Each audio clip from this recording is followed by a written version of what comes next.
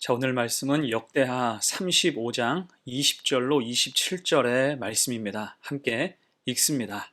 이 모든 일 후 곧 요시야가 성전을 정돈하기를 마친 후에 애굽 왕 느고가 유브라데 강가에 갈그미스를 치러 올라왔으므로 요시야가 나가서 방비하였더니 느고가 요시야에게 사신을 보내어 이르되 유다 왕이여 내가 그대와 무슨 관계가 있느냐 내가 오늘 그대를 치려는 것이 아니요 나와 더불어 싸우는 족속을 치려는 것이라 하나님이 나에게 명령하사 속히 하라 하셨은즉 하나님이 나와 함께 계시니 그대는 하나님을 거스르지 말라 그대를 멸하실까 하노라 하나 요시야가 몸을 돌이켜 떠나기를 싫어하고 오히려 변장하고 그와 싸우고자 하여 하나님의 입에서 나온 느고의 말을 듣지 아니하고 무깃도 골짜기에 이르러 싸울 때에 활 쏘는 자가 요시야 왕을 쏜지라 왕이 그의 신하들에게 이르되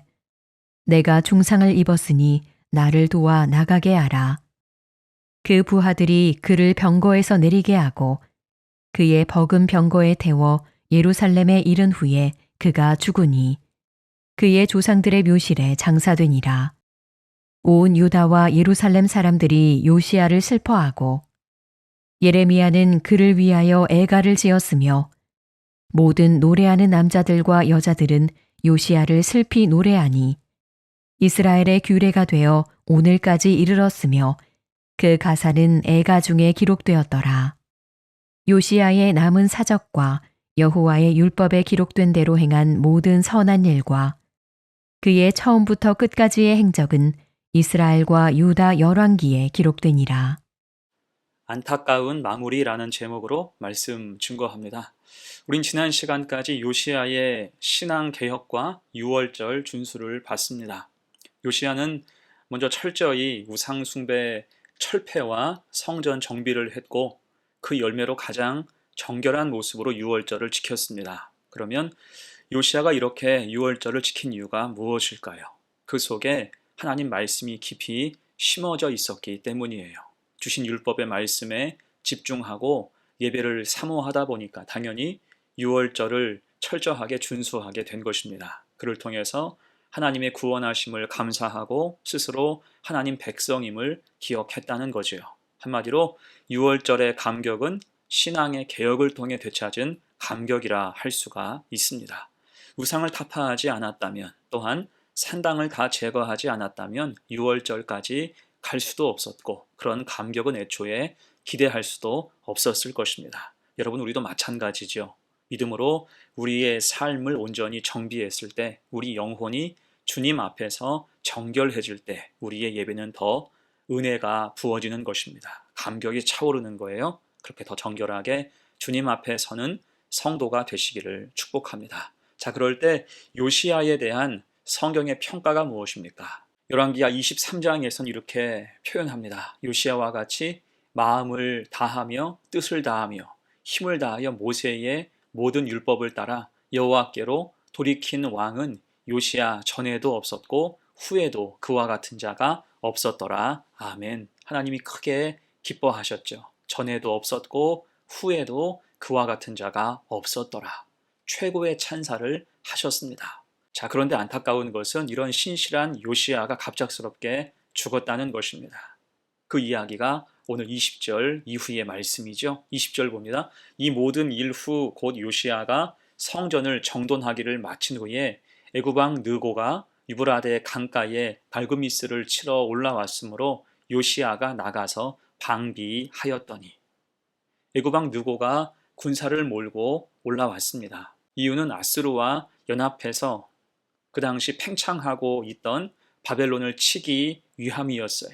그 시기는 고대 근동의 세력 판도가 급변하던 때였습니다. 오랫동안 세계를 지배했던 아수르 제국이 쇠퇴하고 있었고 신흥 강국 바벨론이 급속히 팽창하고 있었습니다. 이 애굽왕 느고는 이런 상황에서 아수르와 연합해서 바벨론을 견제하려고 했어요. 그러니 이제 유다에게 길을 좀 내달라 요구했던 거지요. 이에 요시야는 그런 애굽의 요구에 대해서 반발합니다. 충분히 그럴만하죠. 아무리 전쟁이 중요하고 명분이 있어도 다른 나라의 영토를 협의 없이 통과하고자 통보한다는 것은 전혀 상식 밖의 모습입니다.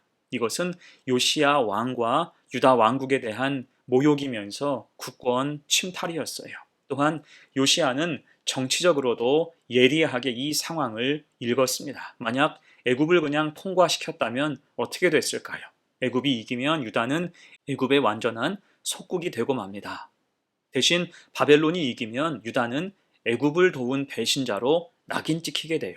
어느 쪽이든 유다에게 좋을 것이 없다는 거죠. 그래서 이 전쟁은 아수르와 애굽이 이기든지 바벨론이 이기든지 그 후폭풍이 상당할 것을 짐작할 수 있습니다. 그래서 요시야는 애굽 왕 느고의 뜻에 분명히 반대하면서 나가서 전쟁을 불사하기에 이르게 된 것입니다. 단순한 고집이 아니라 정확한 정세의 분석이며 정치적인 판단이었어요. 그러자 느고도 요시야의 완강함에 놀라서 자기의 출정 이유를 재차 설명하지요. 21절입니다. 느고가 요시야에게 사신을 보내어 이르되 유다 왕이여 내가 그대와 무슨 관계가 있느냐 내가 오늘 그대를 치려는 것이 아니요 나와 더불어 싸우는 족속을 치려는 것이라 하나님이 나에게 명령하사 속히 하라 하셨은즉 하나님이 나와 함께 계시니 그대는 하나님을 거스르지 말라 그대를 멸하실까 하노라. 자, 이 말씀에서 느고는 지금 하나님의 뜻을 내세우고 있습니다. 그런데 요시야는 이 말에 대해서 의심하고 전혀 믿지 않았던 것 같아요. 요시야 입장에서 보면 느고는 우상을 섬기는 이방 왕이었죠. 하나님을 믿지도 않고 섬기지도 않는 왕이 그것도 과거 이스라엘을 수백 년간 노예로 삼았던 애굽 왕이 어떻게 하나님 음성을 듣고 말할 수 있겠습니까? 하나님이 그렇게 하실 이유가 전혀 없다라고 생각을 한 것입니다. 여러분 이것은 참으로 분별하기 어려운 문제이지요. 사실은 그래서 더욱 기도해야 하는 게 옳습니다. 문제는 요시야가 이 전언을 너무 쉽게 무시했다는 것입니다. 그리고는 자기 감정과 확신으로만 애굽을 상대해요. 이에 결국 어떻게 됩니까? 22절, 23절이에요. 요시야가 몸을 돌이켜 떠나기를 싫어하고 오히려 변장하고 그와 싸우고자 하여 하나님의 입에서 나온 느고의 말을 듣지 아니하고 무기또 골짜기에 이르러 싸울 때에 활 쏘는 자가 요시야 왕을 쏜지라 왕이 그의 신하들에게 이르되 내가 중상을 입었으니 나를 도와 나가게 하라. 요시야는 전쟁을 강행했고 심지어 변장을 하고 싸움터에 나갔습니다. 그러다가 상대 궁수에 의해서 무기또 골짜기에서 화살을 맞고 중상을 입게 됐어요. 자, 여기에서 요시야의 이런 모습은 길르앗 라못 전쟁에서 죽었던 아합의 모습을 연상시키죠.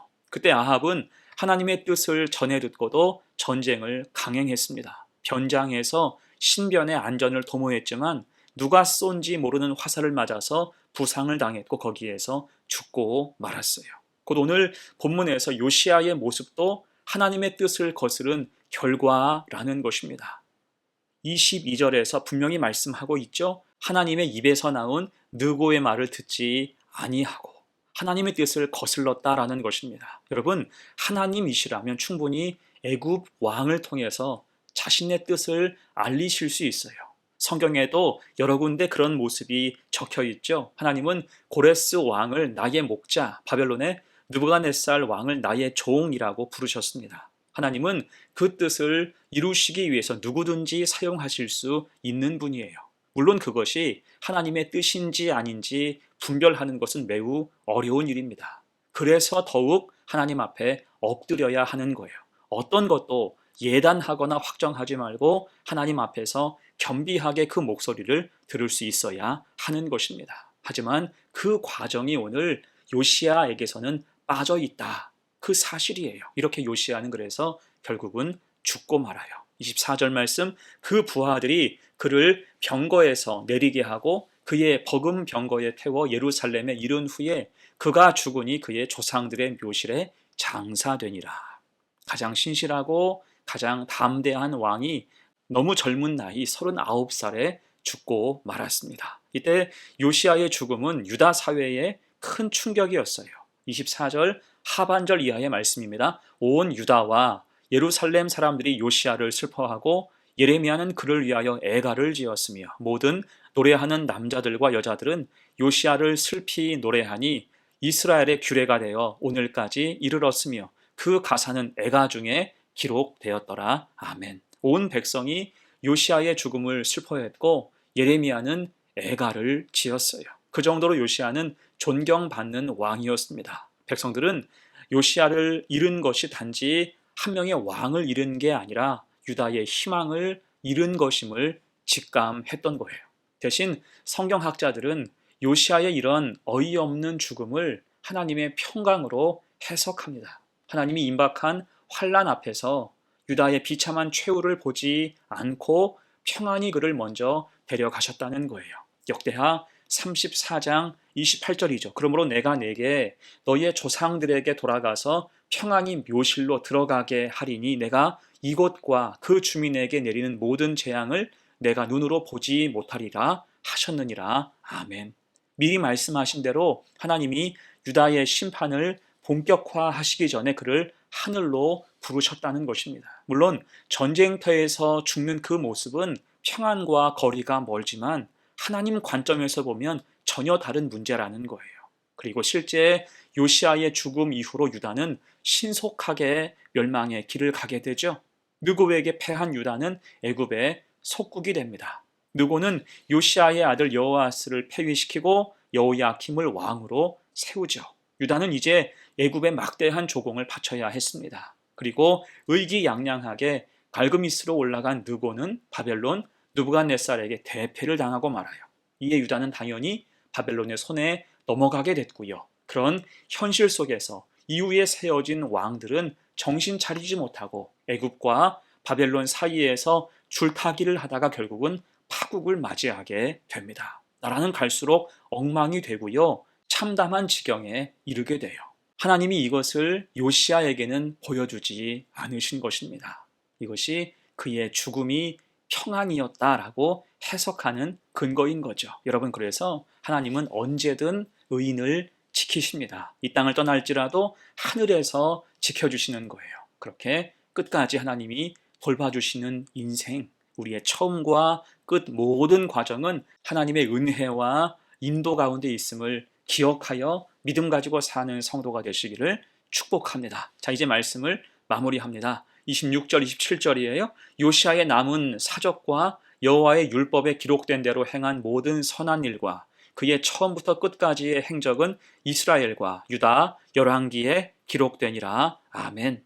성경은 요시아에 대한 기록 마지막까지 선한 일을 강조해요. 그가 처음부터 끝까지 선했고 하나님의 뜻에 합당했음을 의미합니다. 물론 우리가 오늘 말씀 통해서 알아보았듯이 요시아의 죽음 너무나 갑작스럽고 아쉽지만 그 죽음의 장면 하나로 그의 삶 전체를 성경은 부정하지 않습니다. 그가 기도하지 않고 자신의 판단만 믿은 것은 분명한 실수였어요. 그러나 성경은 여전히 그를 선한 왕으로 하나님 말씀을 따라 온전히 살아간 왕으로 평가합니다. 또한 그의 죽음이 재앙만이 아님을 말씀하세요. 곧 하나님은 그를 사랑하셨고 믿음을 인정하셨고 영원한 평강 가운데 거하게 하신 것입니다. 이에 우리도 오늘 말씀으로 교훈을 얻고 우리도 때로는 실수할 수 있고 실패할 수 있습니다. 하지만 그럼에도 하나님은 우리를 포기하지 않으시고 은혜로 인도하십니다. 우리가 진실한 마음으로 하나님을 사랑하고 따를 때 하나님은 우리의 실수조차도 합력하여 선으로 이루어 가실 수 있는 분입니다. 이 하나님을 더 사랑하고 그 뜻을 지켜서 끝까지 믿음의 길에서 승리할 수 있는 거룩한 성도가 되시기를 간절히 축원합니다. 아멘. 함께 기도합니다. 은혜로우신 하나님, 요시아의 삶을 통해서 우리에게 귀한 것을 깨닫게 하시니 감사합니다. 그의 열심을 배우게 하시고 동시에 그의 실수를 통해서 교훈을 얻게 하옵소서. 열심히 주를 섬기되 교만하지 않게 하시고 확신을 가지되 겸손을 잃지 않게 하옵소서. 중요한 결정 앞에서 반드시 주님 앞에 무릎 꿇게 하옵소서. 우리의 생각과 판단을 의지하지 않고 주님의 지혜를 구하게 하옵소서. 하나님은 우리의 한순간이 아니라 전체 인생을 돌보시고 친히 인도하시는 분임을 믿습니다. 끝까지 주님을 따라가는 신실한 믿음을 우리에게 허락하옵소서. 감사드리며 예수님의 이름으로 기도합니다. 아멘.